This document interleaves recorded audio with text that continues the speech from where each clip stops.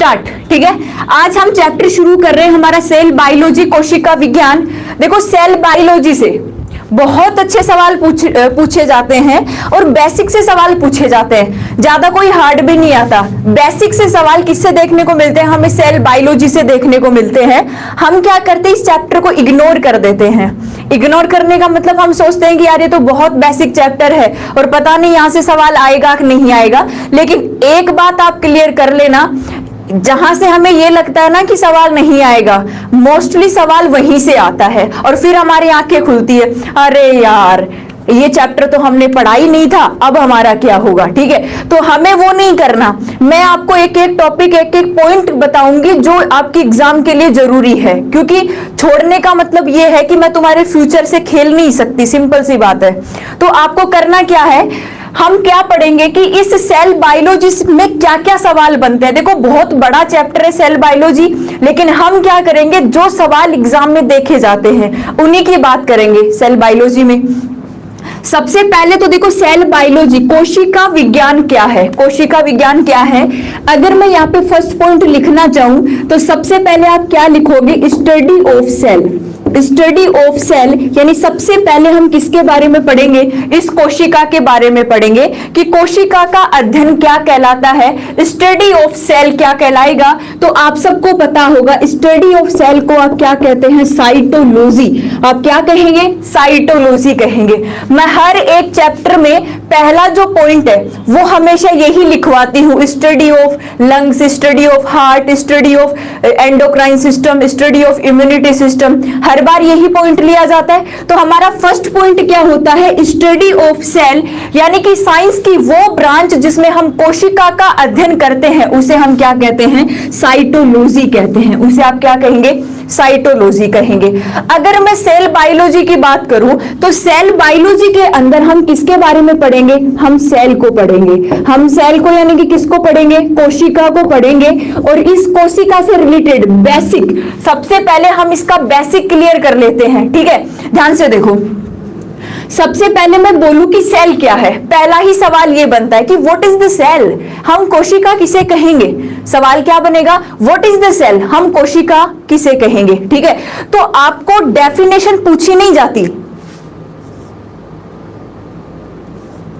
आपको डेफिनेशन पूछी नहीं जाती, लेकिन फिर भी आपको पता होना चाहिए। ठीक है, अब हम कह रहे हैं कि सेल कोशिका क्या है, तो हमने जब हम छोटी क्लासों में पढ़ते थे तो हमने एक छोटी सी डेफिनेशन देखी होगी, और डेफिनेशन में हम क्या लिखते हैं,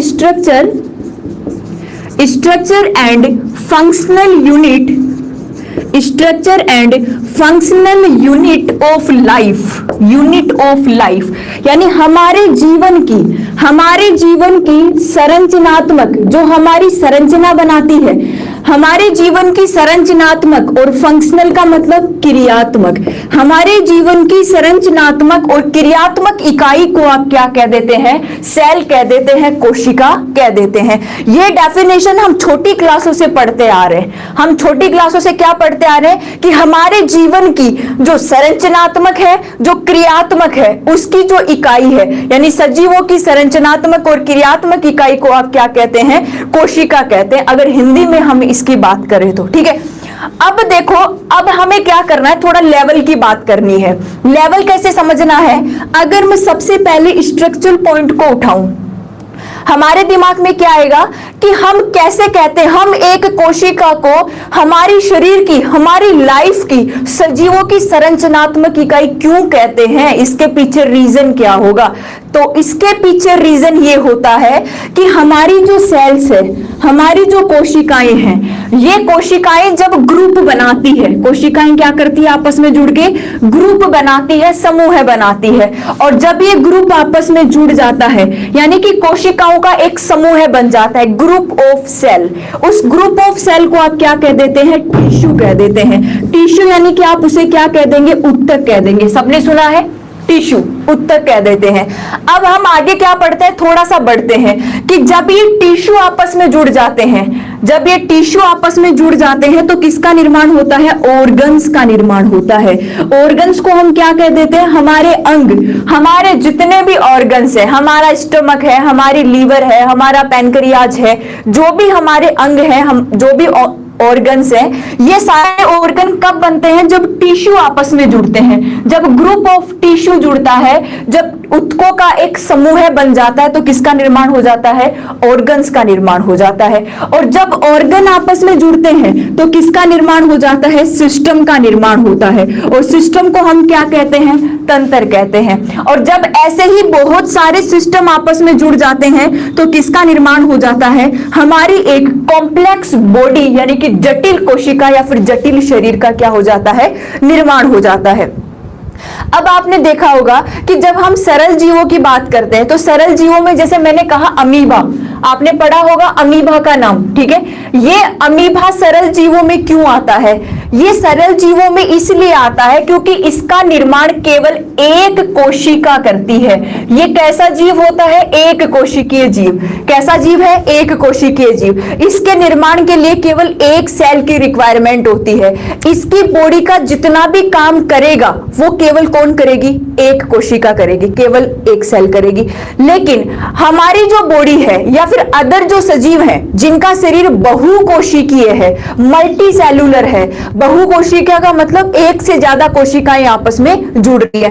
तो जब कोशिकाएं जुड़ेंगी तो सिंपल से बात है, क्या बना लेंगी? टिश्यू बना लेगी। टिश्यू जुड़ गए तो क्या बना लेंगे? ऑर्गन्स बना लेंगे। ऑर्गन्स जुड़ गए तो क्या बना लेंगे? सिस्टम बना लेंगे, तंत्र बना लेंगे। अब देखो, इस कॉम्प्लेक्स बॉडी को बनाने के लिए, इतनी कॉम्प्लेक्स संरचना को बनाने के लिए जो छोटी सी यूनिट की जरूरत पड़ी, वो छोटी सी यूनिट क्या है? कोशिका है, सेल है। इसीलिए हम सेल को क्या कहते हैं? हमारे लाइफ की, हमारे जीवन की, सजीवों की क्या कहते हैं? संरचनात्मक इकाई कहते हैं। स्ट्रक्चर यूनिट भी इसको कहा जाता है। क्लियर है? ओके।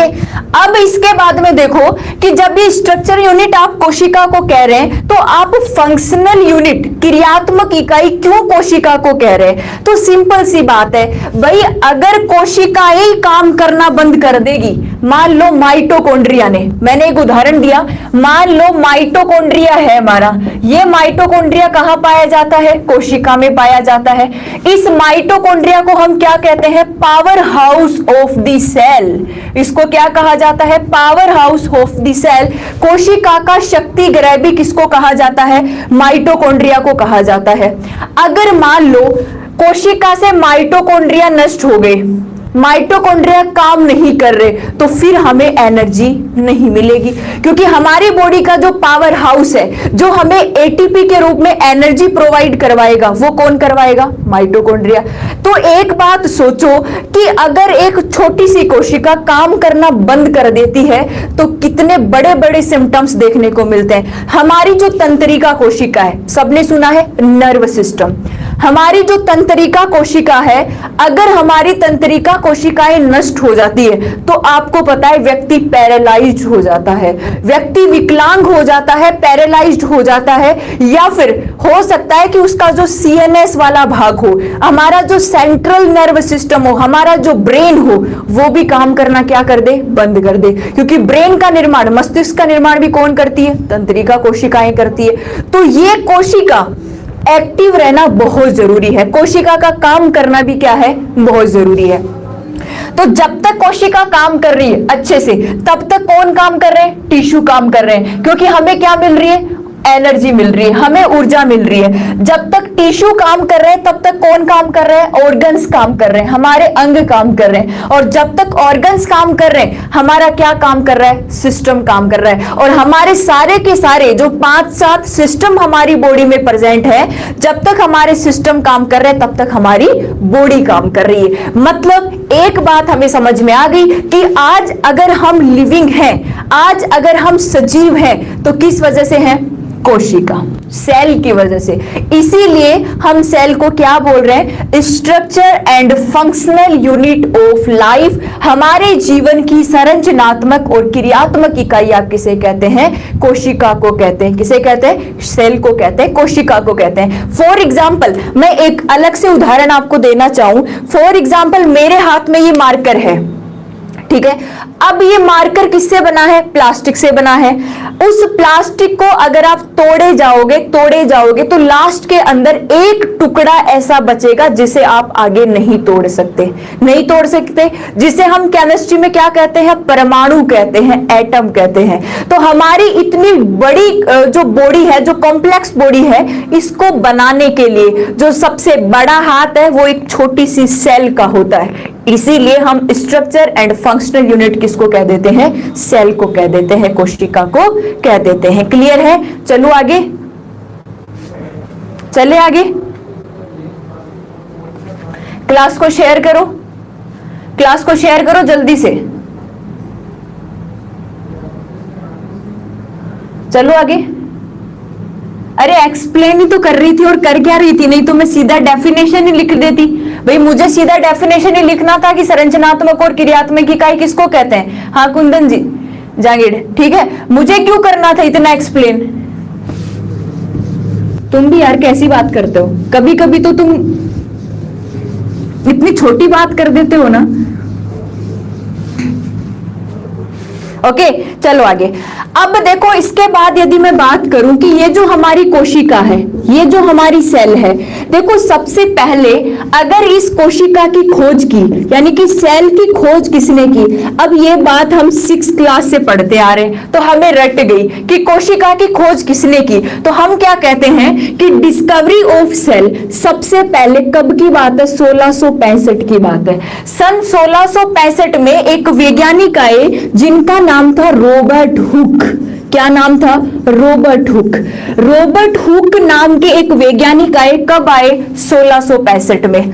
अब देखो इस रॉबर्ट हुक ने क्या किया कि कुछ जो कोर्क कोशिका होती है उसके अंदर क्या देखे? ऐसे ऐसे ब्लॉक देखे, इस तरीके से, मतलब ऐसी कुछ संरचनाएं, जैसे कि मधुमक्खी का छत्ता होता है और मधुमक्खी के छत्ते में ऐसी ऐसी संरचनाएं हमें देखने को मिलती है ना, ऐसे ऐसे ब्लॉक्स हमें देखने को मिलते हैं, ठीक है।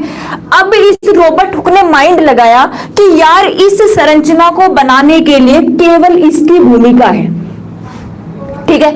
अगर हमने इसको हटा दिया तो ये पूरी संरचना ही बिखर जाएगी, सिंपल सी बात है। अगर मान लो हमारी बॉडी से बोन्स निकाल दी जाए, क्या निकाल दी जाए? बोन्स, हड्डियां निकाल दी जाए, तो क्या हमारी बॉडी का कोई शेप होगा? क्या कोई स्पेशल शेप? नहीं होगा ना। क्यों नहीं होगा? क्योंकि हमारी बॉडी की जो शेप है वो हमारा स्केलेटन सिस्टम बनाता है, हमारा कंकाल तंत्र बनाता है। तो किसी भी कॉम्प्लेक्स संरचना को बनाने के लिए, अब इस संरचना को बनाने के लिए इस छोटे से ब्लॉक की जरूरत पड़ेगी। अगर ऐसे बहुत सारे ब्लॉक आपस में जुड़ जाएंगे तो ऐसी कॉम्प्लेक्स संरचना हमें देखने को मिलेगी। तो रॉबर्ट हुक ने क्या कहा कि इस संरचना को बनने के लिए केवल इस ब्लॉक की जरूरत पड़ रही है। अब उनकी भाषा के अंदर देखो, ये लैटिन भाषा के वर्ड हैं हमारी। अब ये सेल, हम सेल को कोशिका क्यों कर रहे हैं? ये लैटिन भाषा के वर्ड है। तो वो इस संरचना को, इस छोटी इकाई को उनकी भाषा में क्या कहा जाता था? सेल कहा जाता था। क्या कहा जाता था? सेल कहा जाता था। इसीलिए उन्होंने इसको क्या कह दिया? कोशिका कह दिया। तो सबसे पहले कोशिका की खोज रॉबर्ट हुक ने कब की थी? 1665 में की थी। लेकिन ये जो कोशिका इन्होंने खोजी, ये कोशिका कैसी थी? मृत थी। कैसी थी? नॉन लिविंग थी। नॉन लिविंग का मतलब कैसी कोशिका थी? मृत कोशिका थी। और अगर कोई कोशिका मृत है तो वो वर्किंग नहीं कर सकती, वो काम नहीं कर सकती, ठीक है। हम उसकी वर्किंग का पता नहीं लगा सकते कि ये कोशिका कैसे काम कर रही है। तो आपको ये सबसे पहला पॉइंट क्लियर होगा। और उस खोजी गई कोशिका का नाम क्या था? Cork cell. क्या नाम था? Cork cell. क्यों नाम था? क्योंकि ये सेल कैसी थी? मृत थी, इसीलिए इसको हमने क्या बोल दिया? कोर्क सेल बोल दिया। क्या बोल दिया? कोर्क सेल बोल दिया। क्लियर है? तो कोशिका की खोज, हमारी जो structure and functional unit of life है उसको खोजने वाला सबसे लकी पर्सन था रॉबर्ट हुक, जिसने 1665 में सबसे पहले किसको खोजा? कोशिका को खोजा। लेकिन जो कोशिका उसने खोजी थी वो कैसी थी? मृत कोशिका थी, नॉन लिविंग थी, जो वर्किंग नहीं कर रही थी। अब कुछ ही वैज्ञानिक सीमा जी हो गए, ओम सिंह भाटी जी, जो आगे की बात भी वो बता रहे हैं। ये बहुत अच्छी बात है कि आप टीचर से एडवांस चल रहे हो, लेकिन एडवांस उतना ही चलना जहां तक सही रहे, ठीक है। समझ गए होंगे बात को। इसके बाद में देखो, कोशिका की खोज रॉबर्ट हुक ने कि वो कोशिका कैसी थी, मृत थी। अब हम किसकी बात करेंगे, लिविंग सेल की। अब हम किसकी बात करेंगे, लिविंग सेल की। सबसे पहले जीवित कोशिका को किसने खोजा होगा, ठीक है। तो सबसे पहले ये जो लिविंग कोशिका, जीवित कोशिका की बात आई तो बात आती है 1674 में। देखो 1665 से 1674 के बीच में केवल किसकी खोज हुई थी, मृत कोशिका की हुई थी। लेकिन बाद में सन 1674 के अंदर किसकी खोज हुई, जीवित कोशिका, लिविंग सेल। और उस जीवित कोशिका की खोज की वैज्ञानिक का नाम था एंटोनी वोन, एंटोनी वोन, एंटोनी वोन ल्यूवेनहोक। एंटोनी वोन ल्यूवेनहोक नामक वैज्ञानिक ने सन 1674 में किसको खोज दिया, लिविंग सेल को खोज दिया, ठीक है। और वो लिविंग सेल थी, उस लिविंग सेल में खोजी गई पहली लिविंग सेल क्या बन गई, बैक्टीरिया बन गई। क्या बन गई, जीवाणु, बैक्टीरिया या फिर जीवाणु। तो पहली जो लिविंग सेल खोजी गई, पहली जो जीवित कोशिका खोजी गई, ठीक है, उसे हम क्या कहते हैं, एंटोनी वोन ल्यूवेनहोक। नहीं ओम सिंह भाटी जी, बिल्कुल नहीं, मैं आपको नहीं बोल रही, मैं इतना बोल रही हूं जो एडवांस बोल रहे हैं, मैं आपको नहीं बोल रही। कुछ एक हैं जो नहीं बोलना चाहिए वो एडवांस में बोल रहे हैं, मैं उनकी बात कर रही हूं, ठीक है। तो सन 1674 के अंदर एंटोनी वोन ल्यूवेनहोक आए और उन्होंने 1674 में क्या कर दिया, लिविंग सेल को खोज दिया। और उस लिविंग सेल का नाम क्या था, बैक्टीरिया था, जीवाणु था। और हमने देखा था कि study of bacteria, study of bacteria को आप क्या कहते हैं, बैक्टीरियोलॉजी। आप क्या कहते हैं, जीवाणु विज्ञान या फिर बैक्टीरियोलॉजी के नाम से जाना जाता है स्टडी ऑफ बैक्टीरिया को। फिर मैंने बताया था कि जितने भी बैक्टीरिया होते हैं सारी कैसी कोशिकाएं होती है, प्रोकैरियोटिक। जहां कहीं भी आपको बैक्टीरिया का नाम दिख जाए, जहां कहीं भी आपको जीवाणु का नाम दिख जाए, आप क्या बोलेंगे, बैक्टीरिया बोलेंगे। आप क्या बोलेंगे, बैक्टीरिया बोलेंगे, जीवाणु बोलेंगे। क्लियर है, तो इतना क्लियर होगा। सबसे पहले कोशिका की खोज 1665 में रॉबर्ट हुक ने की और उसके बाद एक वैज्ञानिक आए जिनका नाम था एंटोनी वोन ल्यूवेनहोक। कब की बात है, 1674 की बात है। और 1674 में उसने क्या कर दिया, लिविंग सेल खोज दी। और वो खोजी गई लिविंग सेल क्या थी, बैक्टीरिया थी। फिर मैंने बताया कि स्टडी ऑफ बैक्टीरिया को क्या कहेंगे, बैक्टीरियोलॉजी। क्या कहेंगे, बैक्टीरियोलॉजी कहेंगे। और बैक्टीरिया क्या है, एक प्रकार की प्रोकैरियोटिक सेल, एक प्रकार की एक कोशिकीय प्रोकैरियोटिक सेल होती है, सारे के सारे बैक्टीरियाज। क्लियर है। वायरस और बैक्टीरिया में क्या फर्क है, अलग अलग जीव है वायरस और बैक्टीरिया। जैसे ये बताओ गाय और भैंस में क्या फर्क है, कुछ तो फर्क है ना, जाति का फर्क होगा, स्पीसीज का फर्क होगा। तो वैसे ही वायरस और जो बैक्टीरिया है, बैक्टीरिया एक कोशिका है, वायरस एक कोशिका नहीं है, वायरस को कोशिका नहीं कहा जाता, ठीक है। ये हमने ये बात कर ली। अब देखो इसके आगे क्या हुआ कि जब कोशिका की खोज हो गई तो वैज्ञानिकों के बीच में क्या चलने लगी, लड़ाई चलने लगी। अब लड़ाई भी किस तरीके की चलने लगी कि वो कोशिका को समझना शुरू करने लग गए। कोशिका को समझना शुरू करने लग गए मतलब कोशिका कैसे काम करती है, कोशिका को कितने प्रकार में बांटा जा सकता है, कितने अलग अलग प्रकार की कोशिकाएं होती है, ये कौन बताने लग गए, वैज्ञानिक बताने लग गए। अब बहुत से वैज्ञानिक आए, ठीक है। अब देखो सबसे पहले जब कोशिका की क्रियाविधि समझाने लगे तो क्या आया, कोशिका सिद्धांत आया। क्या आया, कोशिका सिद्धांत। और कोशिका सिद्धांत को आप क्या कहते हैं, सेल थ्योरी। इंपॉर्टेंट है, बहुत बार सवाल आ चुका है। सेल वाले चैप्टर का सबसे इंपॉर्टेंट टॉपिक होता है कोशिका सिद्धांत, जिसे आप क्या कहते हैं, सेल थ्योरी कहते हैं। आप क्या कहते हैं, सेल थ्योरी कहते हैं। और सिद्धांत जहां आ जाता है मतलब थ्योरी वो ही देके जाता है जो उस चीज को अच्छे से समझ सकता है। भाई आज हम बैठे हैं, अगर इतना ही माइंड होता तो आवर्त सारणी के अंदर हम सबने सुना है कि आवर्त सारणी के अंदर आज भी हाइड्रोजन की स्थिति फिक्स नहीं है। आज भी हाइड्रोजन की स्थिति फिक्स नहीं है। तो फिक्स नहीं है, अगर हम इतने टेक्निकल पर्सन होते तो आज हाइड्रोजन की स्थिति फिक्स हो चुकी होती। आज फिर भी उसको आवारा तत्व क्यों कह रहे हैं, क्योंकि उसकी स्थिति फिक्स नहीं है। मतलब दो ऐसे वैज्ञानिक आए जो बहुत फेमस हुए उस टाइम पे। क्यों? क्योंकि उन्होंने सेल थ्योरी को समझा दिया। किसको समझा दिया? सेल थ्योरी को। तो ये कोशिका सिद्धांत लाने वाले दो वैज्ञानिक थे। एक का नाम था स्लाइडेन। क्या नाम था? स्लाइडेन। और दूसरे का नाम क्या था? स्वान। एक का नाम क्या था? स्लाइडेन था और दूसरे का नाम क्या था? स्वान था। ठीक है। अब देखो, कोशिकाएं दो प्रकार की, सिंपल बता रही हूं, कोशिका दो प्रकार की हो सकती है। अगर मैं जंतुओं की बात करूं तो आप क्या कहेंगे? मैम एनिमल सेल हो सकती है। आप जंतुओं की बात करेंगे तो क्या कहेंगे? मैडम एनिमल सेल हो सकती है। और अगर आप पादपों की बात करेंगे तो आप क्या कह सकते हैं? मैम प्लांट सेल हो सकती है। पादपों का निर्माण करती है पादप कोशिका, जंतुओं का निर्माण करती है जंतु कोशिका। अब मैंने ये क्यों कहा? क्योंकि ये दोनों वैज्ञानिक, आज हम इन दोनों का नाम क्यों पढ़ते हैं? क्योंकि एक वैज्ञानिक ने एनिमल सेल को समझाया और एक वैज्ञानिक ने किसको समझाया? प्लांट सेल को समझाया। तो किस वैज्ञानिक ने एनिमल सेल को समझाया और किस वैज्ञानिक ने प्लांट सेल को बताया? तो देखो, स्वान का मतलब, याद रखने का तरीका बता रही हूं। स्वान का मतलब, हम संस्कृत में स्वान का मतलब समझते हैं कुत्ता। ठीक है। ये क्या है? एक प्रकार का एनिमल है। ये एक प्रकार का क्या है? एनिमल है, जंतु है। ठीक है। मैं इसको नहीं बोल रही, मैं इसका मतलब बता रही हूं। ये एक प्रकार का क्या है? एनिमल है। इसका मतलब स्वान ने किस कोशिका के बारे में समझाया? एनिमल सेल के बारे में। यानी स्वान क्या था? एक जंतु विज्ञ था। एक क्या था? जंतु विज्ञ था, जो जंतुओं के बारे में बताया करता था, जो जंतुओं के अंदर जो भी स्टडीज होती थी वो किया करता था।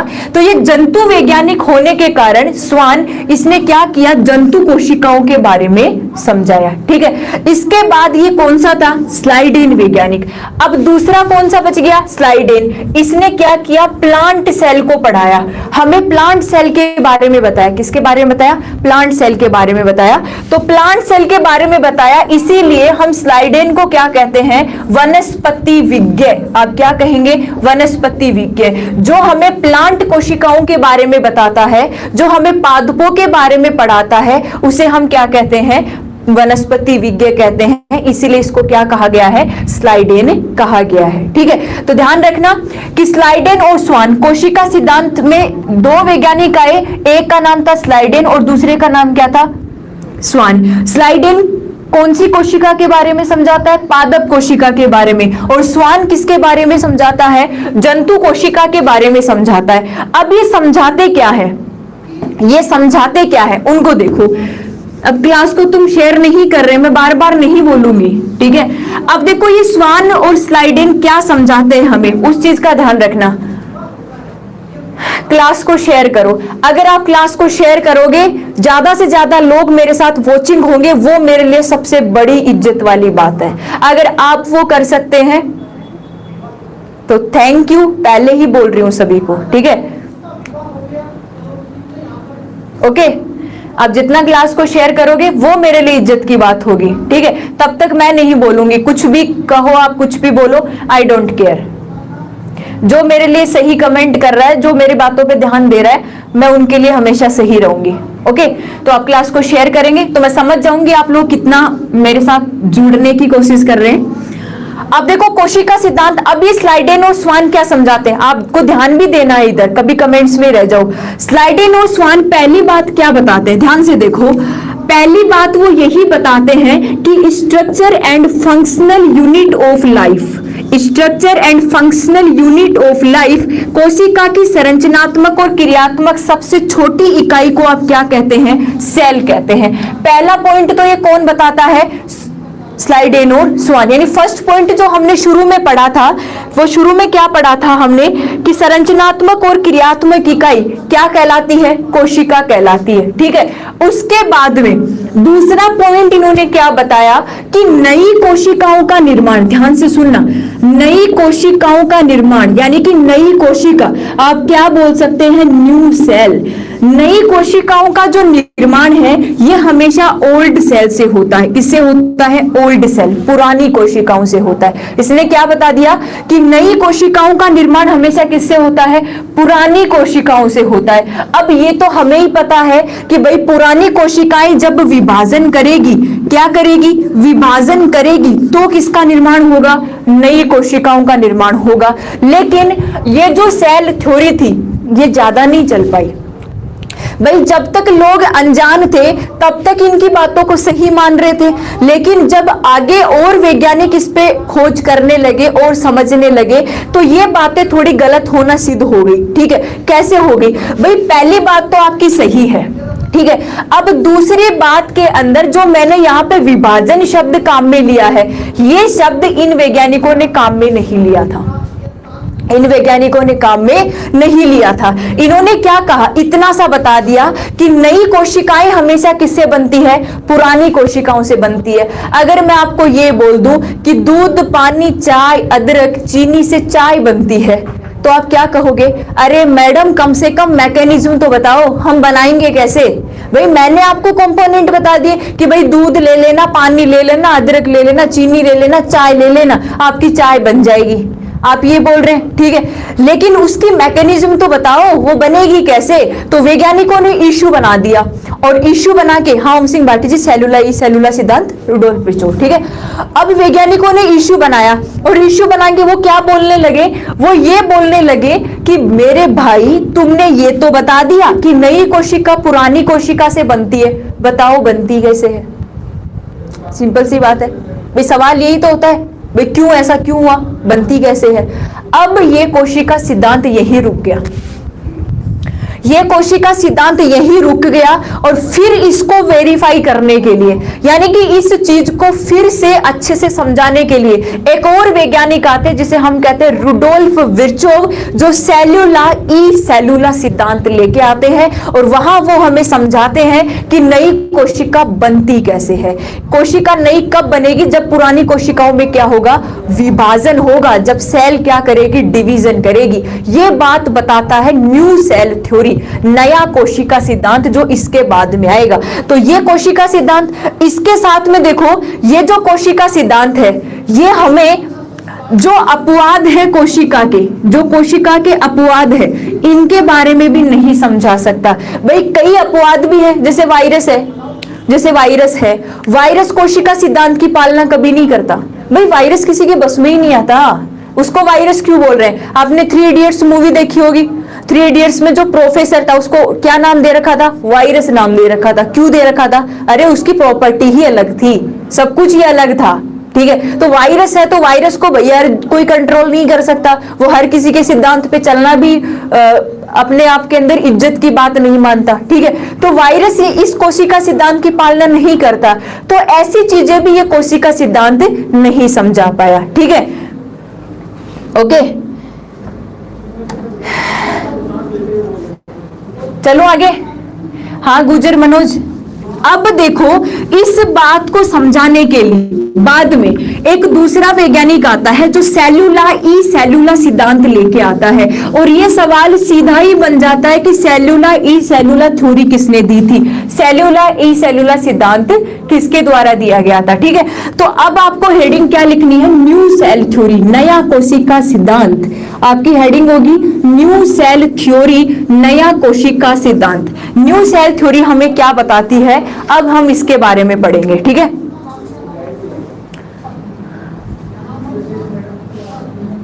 अब देखो ये जो न्यू सेल थ्योरी है, नया कोशिका सिद्धांत है, नया कोशिका सिद्धांत कौन लेके आता है? अभी ओम सिंह भाटी जी बता रहे थे, सीमा सैनी जी बता रहे हैं, ठीक है। अब न्यू सेल थ्योरी लेने वाला वैज्ञानिक था, उसका नाम था रुडोल्फ विर्चोव। क्या नाम था? रुडोल्फ विर्चोव। नाम कुछ ऐसा ही है, लेकिन आपको याद रखना है कोशिका सिद्धांत की कमियों को दूर करने के लिए कौन आ जाता है? रुडोल्फ विर्चोव आ जाता है। और ये रुडोल्फ विर्चोव सेलुला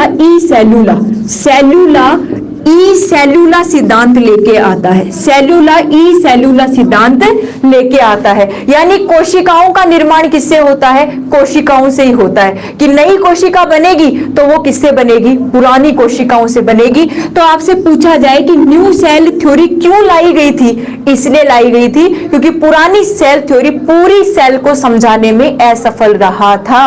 क्लियर है? तो याद रखेंगे, रुडोल्फ विर्चो क्या लेके आया? सेल्यूला ई सेल्यूला थ्योरी लेके आया, जिसे हमने क्या बोल दिया? New cell theory.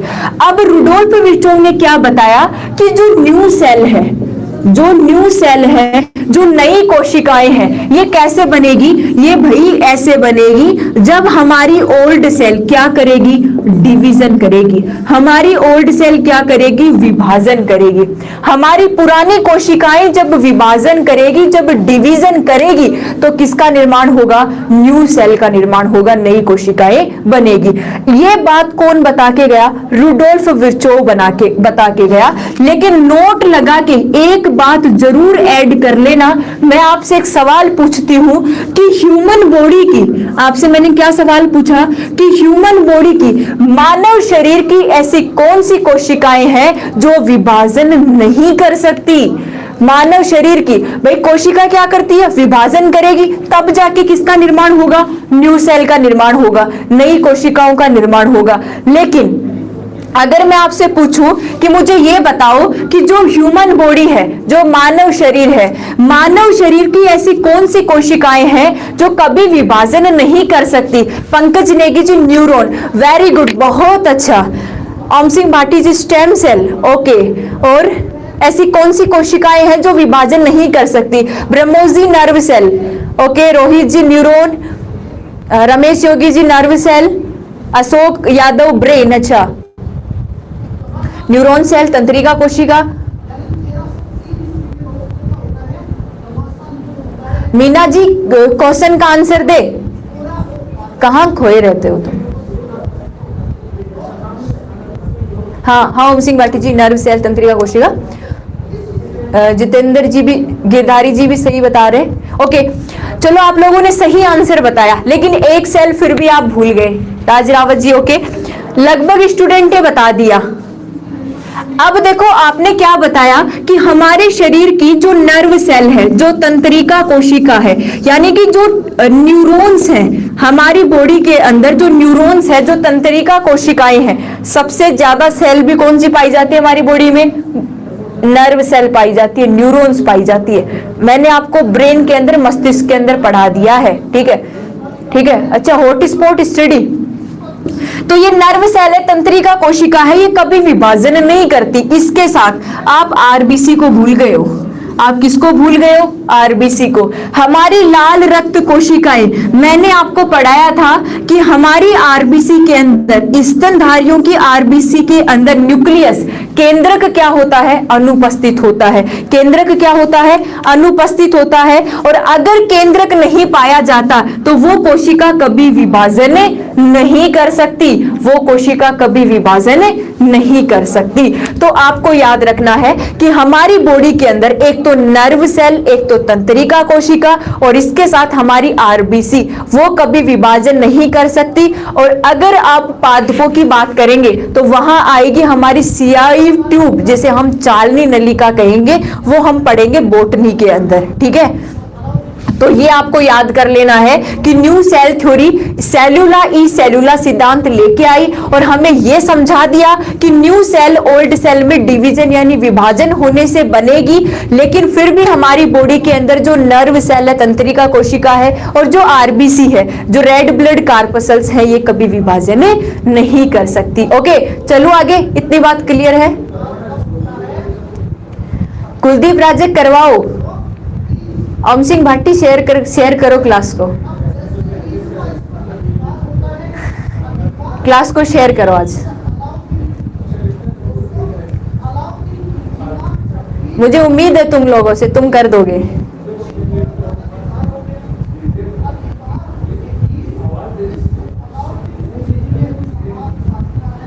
Okay Mohit ji, thank you. आगे आगे चले, आगे हो गया? नहीं हुआ 400 तो झूठ मत बोला करो, एक तो तुम लोग बहुत झूठ बोलने लग गए हो।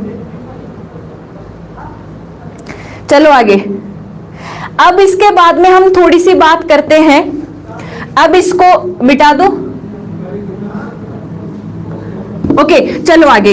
अब ये पढ़ने के बाद में अगर मैं इसको रेगुलर रखना चाहूं तो ये न्यू सेल थ्योरी रुडोल्फ बिर्चोफ दे गया और हमें क्या समझा गया, सेलुला ई सेलुला भी समझा गया। सेलुला ई सेलुला कोशिका सिद्धांत क्या होता है, ठीक है। अब इसके बाद में देखो रतेंद्र यादव जी, ओके इसके बाद में आप अगला टॉपिक देखो हमारा, कि ये पढ़ने के बाद हम क्या पढ़ते हैं कि हमारी जो कोशिका है उसकी संरचना कैसी होती है, कोशिका के जो संरचनात्मक अवयव है वो क्या होते हैं, कोशिका के संरचनात्मक अवयव क्या होते हैं, कंपोनेंट्स क्या होते हैं, उनकी बात हम करेंगे।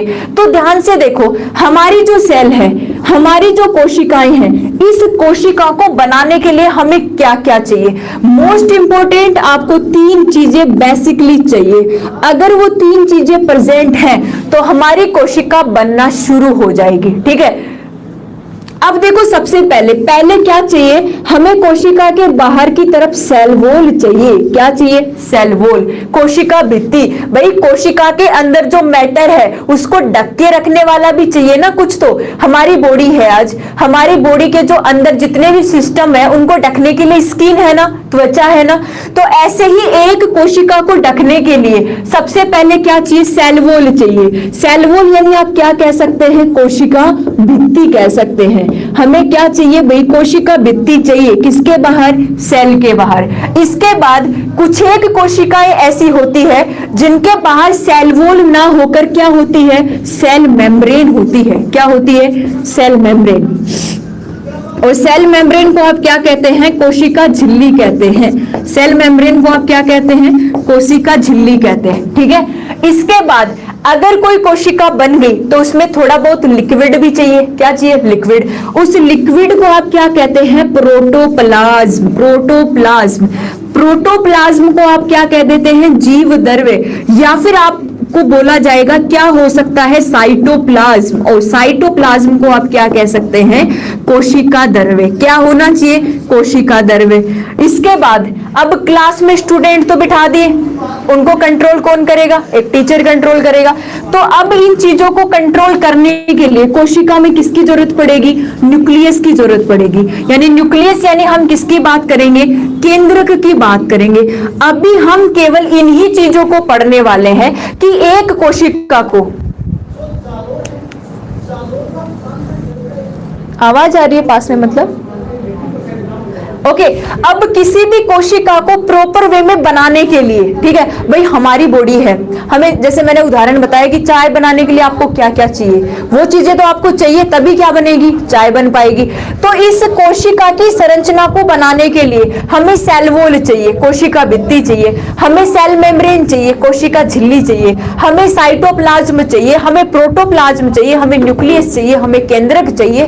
तब क्या बनेगी, हमारी कोशिका बनेगी। मतलब आप क्या कहोगे, जैसे मैंने एक उदाहरण लिया आपके सामने कि ये एक कोशिका है, ये एक क्या है, सेल है, एक प्रकार की क्या है, कोशिका है।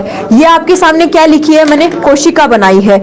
अब देखो मैं अगर इस कोशिका को पूरा करना चाहूंगी तो सबके बाहर की तरफ आपको जो मेम्ब्रेन दिख रही है, आप इसको एक बार नॉर्मली क्या बोल देंगे, सेल वॉल बोल देंगे कि ये क्या उपस्थित है, कोशिका भित्ति उपस्थित है। अब कोशिका भित्ति के अंदर क्या पाई जाती है, हमारी कोशिका झिल्ली। ये अंदर क्या उपस्थित हो गई, आपकी कोशिका झिल्ली उपस्थित है। क्या उपस्थित है, कोशिका झिल्ली।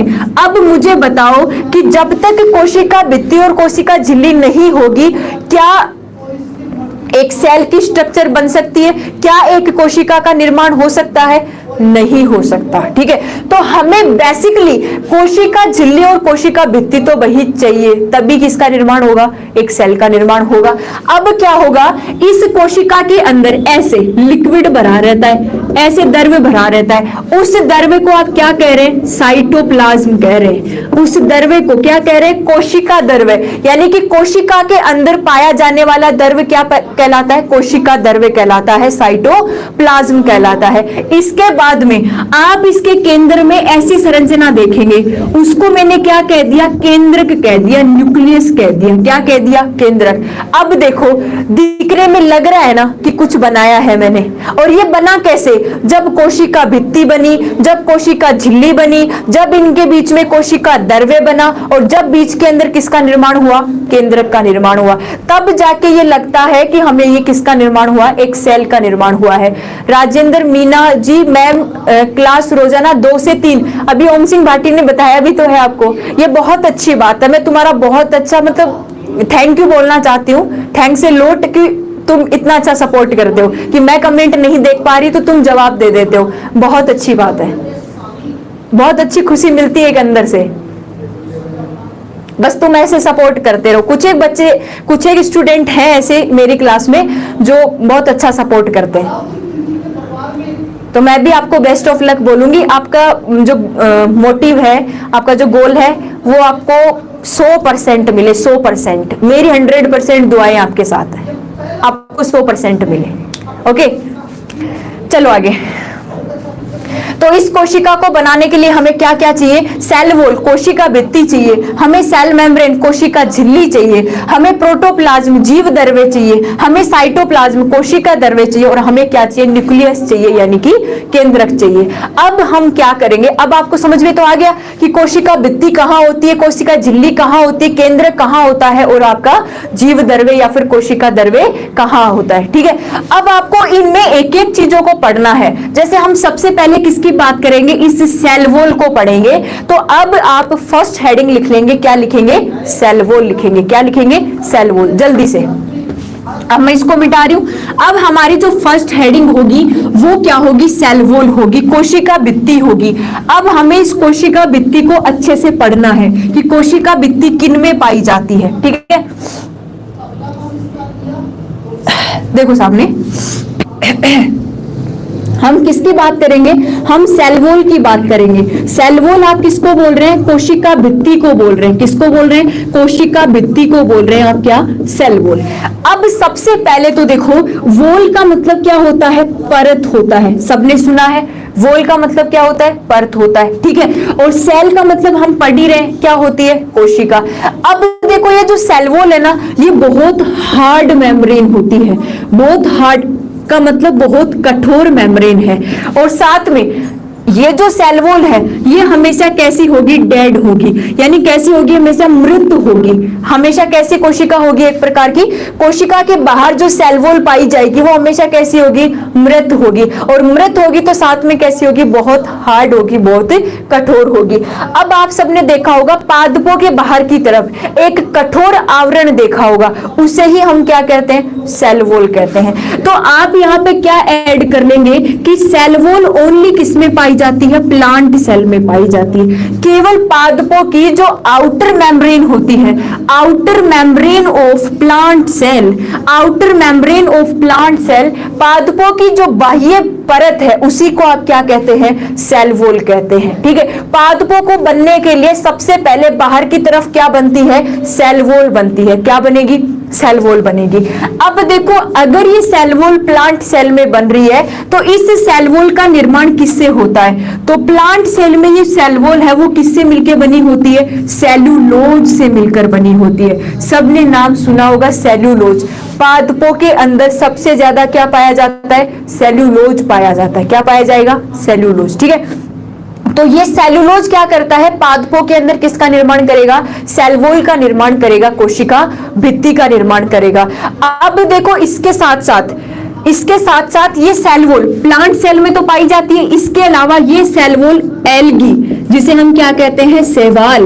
एल्गी को आप क्या कहते हैं? शैवाल। शैवालों के अंदर भी क्या पाई जाती है? सेल वॉल पाई जाती है। और शैवाल के अंदर सेल वॉल को कौन बनाता है? सेल्यूलोज बनाता है। क्या बनाता है? सेल्यूलोज बनाता है। ठीक है, यानी कि शैवाल जो है, आपने देखे होंगे हरे शैवाल, लाल शैवाल। ठीक है, ब्लू एल्गीज, नीले शैवाल, नील हरित शैवाल। तो जो एल्गीज है, जो शैवाल है, ये शैवाल भी एक बाहर की तरफ सेल वॉल रखते हैं और वो किससे बनी होती है? सेल्यूलोज से बनी होती है। ठीक है, अब इसके बाद में आपने कवक के बारे में भी सुना होगा और मैंने पढ़ाया भी है।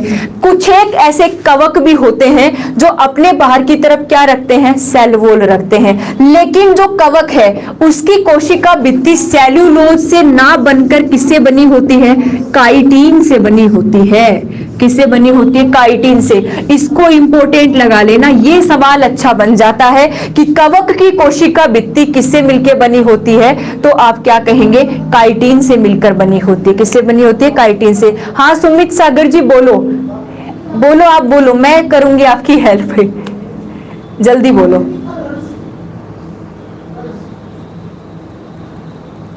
हाँ हाँ, ओम सिंह भाटी जी, राइट, ओके।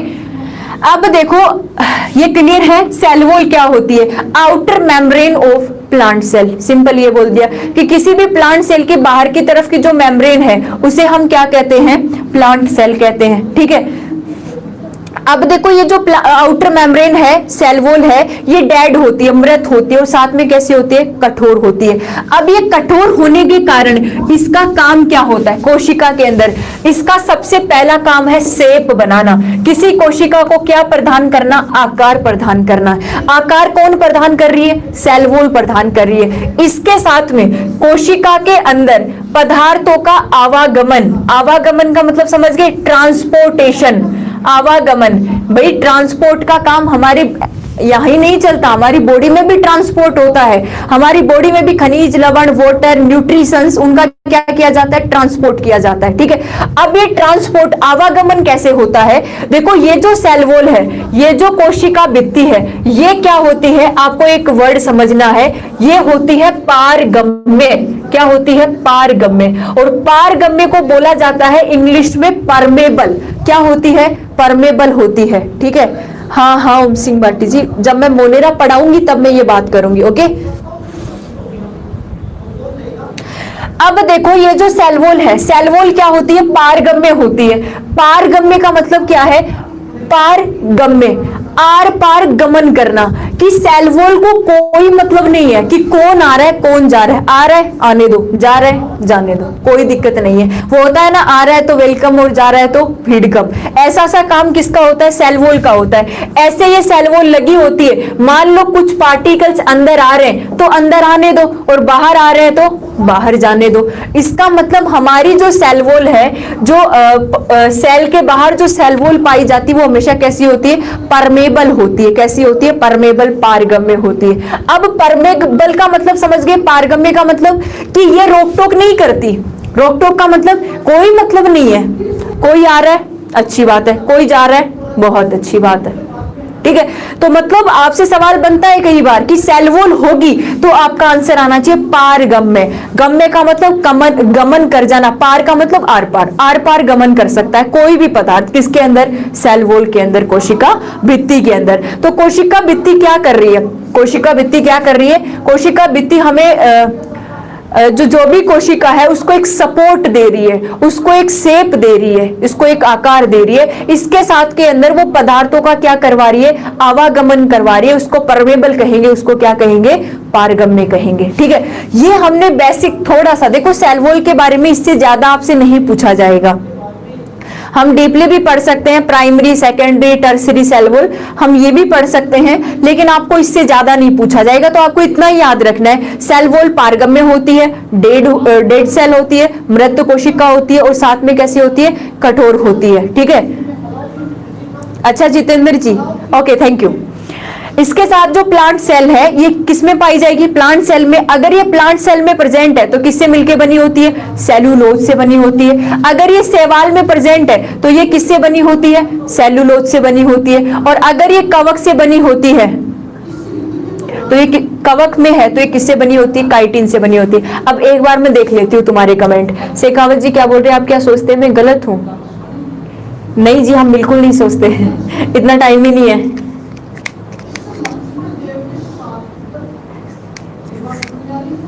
अरे आपको समझ में आ रहा है ना? मुझे ये करके बता दो, क्या आपको समझ में आ रहा है? सवाल अच्छे से पढ़ाएंगे आपको।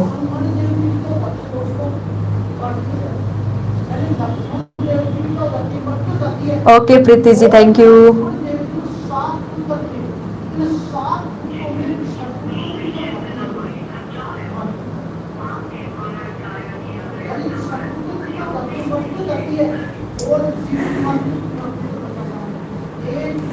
अब देख रही हूँ ना कमेंट, अगर मैं कमेंट देखने लग गई तो पढ़ाऊंगी कैसे? तो कमेंट भी तो टाइम से देख रही हूँ। अब देखो टाइम होने को आया, पता ही नहीं चलता ये घंटा कब निकल जाती है।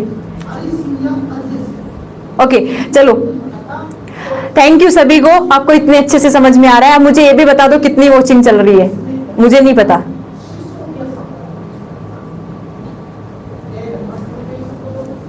चलो आगे। अच्छा, बार बार आप ओम सिंह भाटी नाम क्यों लेते हैं? भाई मेरा बहुत पुराना स्टूडेंट है, पहली क्लास से मेरी क्लास ले रहा है, और हर एक बात का जवाब देना आप भी तो कर सकते हैं।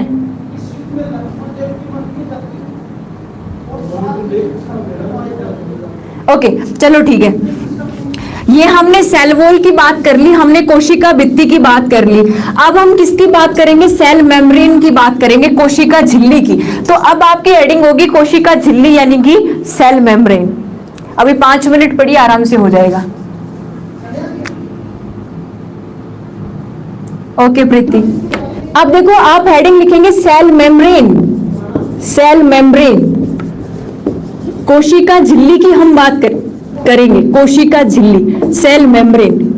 अब देखो ये कोशिका झिल्ली है, इस कोशिका झिल्ली को आपको सेल मेम्ब्रेन की जगह एक नाम और मिल सकता है, प्लाज्मा मेम्ब्रेन। इसको हम प्लाज्मा मेम्ब्रेन भी कह सकते हैं। सेल मेम्ब्रेन को आप क्या कह सकते हैं? प्लाज्मा मेम्ब्रेन के नाम से भी इसको जाना जा सकता है। अब देखो ये जो प्लाज्मा मेम्ब्रेन है, देखो सभी सेल में पाई जाती है, प्रत्येक कोशिका, हर एक कोशिका के अंदर क्या पाई जाएगी? Plasma membrane. चाहे बैक्टीरिया हो, चाहे विषाणु हो, चाहे जीवाणु हो, चाहे शैवाल हो, चाहे पादप हो, चाहे जंतु हो, सभी कोशिकाओं के अंदर क्या पाई जाती है? प्लाज्मा मेम्ब्रेन यानी सेल मेम्ब्रेन पाई जाती है। अब देखो ये जो सेल मेम्ब्रेन है सभी सेल में पाई जाती है, लेकिन मैं बात करूं कि इस सेल मेम्ब्रेन का जो निर्माण है वो किससे होता है? जैसे सेल वॉल किससे बन रही थी? सेलुलोज से बन रही थी, वैसे ही ये सेल मेम्ब्रेन किससे मिलकर बनी होती है? तो सबसे पहले तो हमारी जो सेल मेम्ब्रेन है, हमारी जो कोशिका झिल्ली है, ये कैसी होती है? लिविंग होती है। कैसी होती है? लिविंग। लिविंग का यानी जीवित। अगर कोई जीवित भाग है तो उसको बनाने के लिए कोई जीवित कंपोनेंट ही चाहिए, सिंपल सी बात है, ठीक है। अब क्या होगा कि इसका निर्माण किससे होगा?